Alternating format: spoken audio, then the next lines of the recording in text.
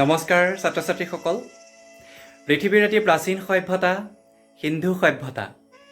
এই পৃথিৱীৰ নদীকেন্দ্ৰিক প্ৰাচীন সভ্যতাটোৰ বিষয়ে পূৰ্বৰ কেইবাটাও খণ্ডৰ পাঠদানত আমি বিভিন্ন ধৰণৰ কথা আলোচনা কৰিলোঁ। তোমালোকৰ নিশ্চয় মনত আছে। সেই কথা মই সোঁৱৰাই নিদিওঁ, এতিয়া তোমালোকে অকণমান মনত পেলোৱা। আৰু এই নদীকেন্দ্ৰিক সভ্যতাটোৰ কথা পোহৰলৈ অহা কিমান দিন হৈছিল বাৰু, মনত আছেনে? আজিৰ পৰা প্ৰায় 100 বছৰ আগতেহে এই নদীকেন্দ্ৰিক সভ্যতাটোৰ কথা পোহৰলৈ আহিছিল। খনন কাৰ্যত উদ্ধাৰ হৈছিল সেই অঞ্চলত বিভিন্ন ঐতিহাসিক সমল, আৰু এই ঐতিহাসিক সমলবোৰৰ পৰা প্ৰমাণ হৈছিল যে সিন্ধু নদীক আৰু ইয়াৰ উপনৈসমূহক কেন্দ্ৰ কৰি যি এক বিস্তৃত অঞ্চল, এই বিস্তৃত অঞ্চল জুৰি এক সমৃদ্ধিশালী প্ৰাচীন সভ্যতাই বাস কৰিছিল সেই সময়ত। ছাত্ৰ ছাত্ৰীসকল, খনন কাৰ্যৰ কথা কৈছোঁ। এই খনন কাৰ্যত বিভিন্ন সময়ত বিভিন্ন ঐতিহাসিক সমল উদ্ধাৰ হৈ আছে, আৰু প্ৰত্যেকটো ঐতিহাসিক সমলে নতুন নতুন কথা এই সিন্ধু সভ্যতা সম্পৰ্কে আমাক জনাত সহায় কৰি আহিছে। গতিকে ছাত্ৰ ছাত্ৰীসকল, আজিৰ এই আলোচনাটো এনে কিছুমান সমল সম্পৰ্কেই তোমালোকৰ সৈতে আলোচনা কৰিম। আহাচোন অকণমান বৰ্ডখনলৈ মন কৰা। আজি আলোচনা কৰিম সিন্ধু সভ্যতাৰ অলংকাৰ, সাজ পোছাক, কেশসজ্জা, বাচন বৰ্তন, ওজন, চিকিৎসা, যুদ্ধৰ সা সঁজুলি আৰু ধাতুৰ ব্যৱহাৰ, ব্যৱসায় আৰু জীৱিকা সম্পৰ্কে। অলংকাৰ মানুহে কিয় পিন্ধে? নিজকে সজাই পৰাই ধুনীয়া কৰি ৰাখিবলৈ, নহয় জানো? সেই সময়ত সিন্ধু উপত্যকাবাসীৰ মাজতো অলংকাৰৰ ব্যৱহাৰ আছিল। সেই যুগত পুৰুষ আৰু মহিলা উভয়েই অলংকাৰ পিন্ধিছিল, আৰু অলংকাৰসমূহ আছিল সোণ, ৰূপ, তাম আৰু মাটিৰ। প্ৰসাধনৰ কাৰণে চৌঘৰৰ ব্যৱস্থা আছিল। চৌঘৰ অৰ্থাৎ ড্ৰেছিং ৰুম বুলি ক'লে তোমালোকৰ বুজিবলৈ সুবিধা হ'ব। আৰু প্ৰসাধনৰ দ্ৰব্য থোৱা পাত্ৰবোৰ হাতী দাঁতৰ বা অন্য ধাতুৰ আছিল। সাজ সজ্জা কৰিবৰ কাৰণে অৰ্থাৎ মেকআপ বা অলংকাৰ পাতি থ'বৰ কাৰণে যিবিলাক পাত্ৰ ব্যৱহাৰ কৰিছিল, সেই পাত্ৰবিলাক হাতী দাঁতৰ আছিল আৰু অন্য ধাতুৰো পাত্ৰ আছিল। আৰু মহিলাসকলে মূৰত বিচনীৰ নিচিনা এখন শিৰোভূষণ পিন্ধিছিল। ডিঙিত, হাতত, আঙুলিত আৰু কঁকালতো অলংকাৰ পিন্ধিছিল। এই যে মই ক'লোঁ হাতী দাঁতৰ পাত্ৰত প্ৰসাধনৰ বস্তু থৈছিল বুলি, সেই কথা হৰপ্পাত পোৱা এটা প্ৰসাধন সামগ্ৰী থকা পাত্ৰৰ পৰা অনুমান কৰা হৈছে। হৰপ্পাত এটা হাতী দাঁতৰ প্ৰসাধন থোৱা সামগ্ৰী উদ্ধাৰ হৈছে। সিন্ধু সভ্যতাৰ খনন কাৰ্যত বিভিন্ন ধৰণৰ অলংকাৰ আৱিষ্কাৰ হৈছে, আৰু সেই অলংকাৰসমূহৰ পৰাই আমি এটা কথা স্পষ্টকৈ প্ৰমাণ পালোঁ যে সেই সভ্যতাত মানুহ খুব সৌন্দৰ্যশালী আছিল, সৌন্দৰ্য পিপাসু আছিল, আৰু নিজকে সজাই পৰাই ৰাখিব বিচাৰিছিল। খুব ধুনীয়া ধুনীয়া অলংকাৰ পৰিধান কৰিছিল। সেই কথা তোমালোকক মই জনাইছোঁ।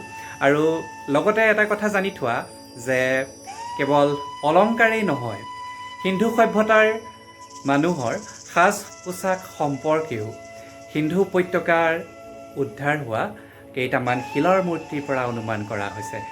এই সভ্যতাৰ মানুহে কেনেধৰণৰ সাজপাৰ পৰিধান কৰিছিল সেই সম্পৰ্কে জানোৱা আহাচোন। সাজ পোছাকসমূহ আছিল এনেধৰণৰ। সেই যুগৰ মানুহে দুখন কাপোৰ ব্যৱহাৰ কৰিছিল। পুৰুষ আৰু মহিলা উভয়ে দুখন কাপোৰ ব্যৱহাৰ কৰিছিল। গাৰ ওপৰ অংশত এখন চাদৰ লৈছিল। গাৰ ওপৰ অংশত চাদৰখন এনেধৰণে লৈছিল যে বাওঁ বাহুটো ঢাকি ৰাখি সোঁ বাহুটো উলিয়াই লৈছিল, আৰু তলৰ অংশত অৰ্থাৎ কঁকালৰ পৰা তলৰ অংশত এখন ধুতি ব্যৱহাৰ কৰিছিল। কাপোৰবোৰ কপাহী আৰু ঊণি আছিল। এই কথা পণ্ডিতসকলে অনুমান কৰিছে যে সিন্ধু উপত্যকাৰ মানুহে ব্যৱহাৰ কৰা কাপোৰসমূহ কপাহৰ পৰা প্ৰস্তুত কৰা সূতাৰ আৰু ঊলৰ আছিল বুলি কৈছে। আৰু ইয়াতে কোট চোলাৰ ব্যৱহাৰো কৰা হৈছিল বুলি কোনো কোনো পণ্ডিতে ক'ব বিচাৰে।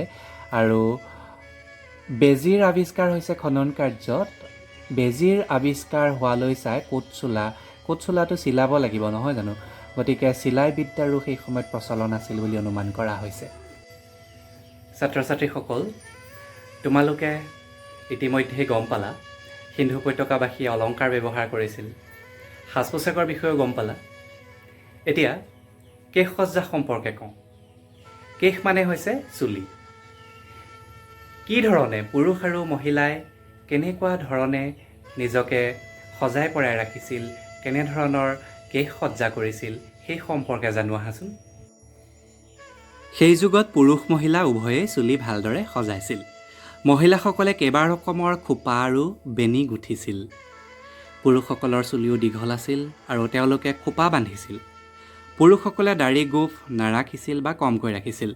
মহিলাসকলে তামৰ আৰ্চিত মুখ চাই হাতী দাঁতৰ ফণিৰে মূৰ আঁচুৰিছিল।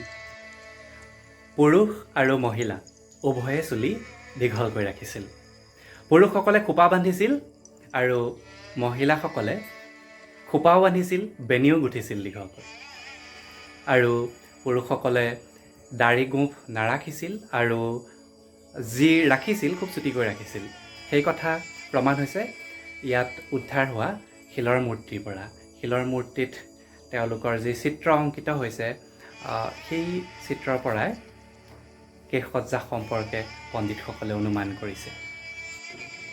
আমি যি ধৰণেৰে চুলি ফণিয়াবৰ কাৰণে ফণি ব্যৱহাৰ কৰোঁ, সেই সময়ৰ ফণিবিলাক হাতীৰ দাঁতৰ আছিল।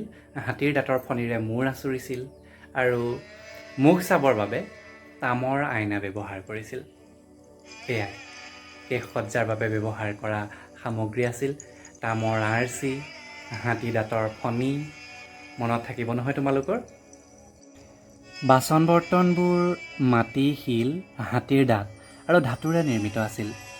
সিন্ধু উপত্যকাত খনন কাৰ্যত এনেধৰণৰ পাত্ৰ কিছুমান উদ্ধাৰ হৈছে, বাচন বৰ্তনবিলাক, যিবিলাক মাটি, শিল, হাতীৰ দাঁত আৰু ধাতুৰে নিৰ্মিত। আৰু চকী, খাট, টুল আদি আচবাবো পোৱা গৈছে আৰু এই আচবাববিলাক কাঠ আৰু খাগৰিৰে সজা।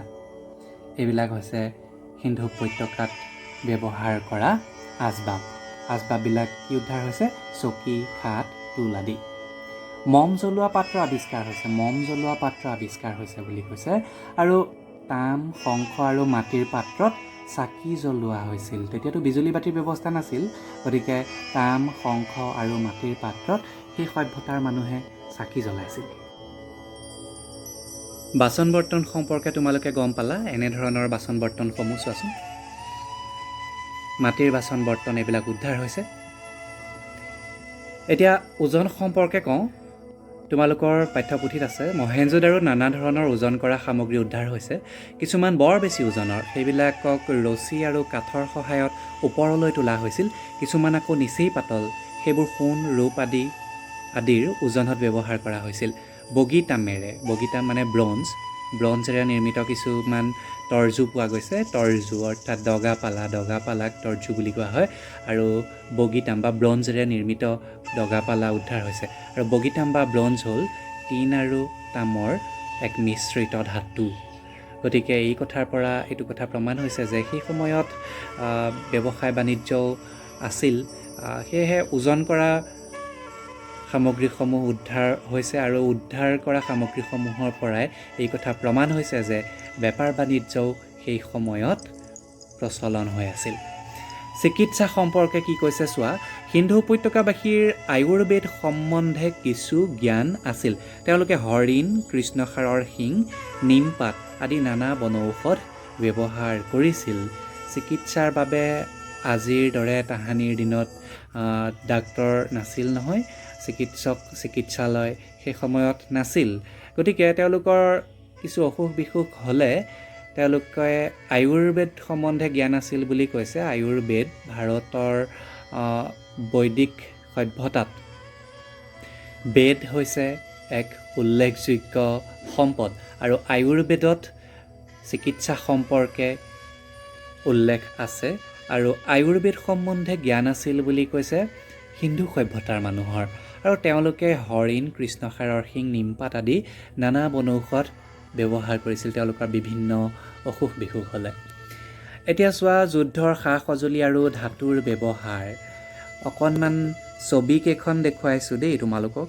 চোৱা, সৈন্যৰ ছাউনীৰ চিত্ৰ ইয়াত কিতাপতে আছে, তোমালোকে এবাৰ চাবা। সৈন্যৰ ছাউনীৰ চিত্ৰৰ পৰা প্ৰমাণ হৈছে যে সেই সময়ত যুদ্ধৰ বাবে প্ৰস্তুত হৈ আছিল।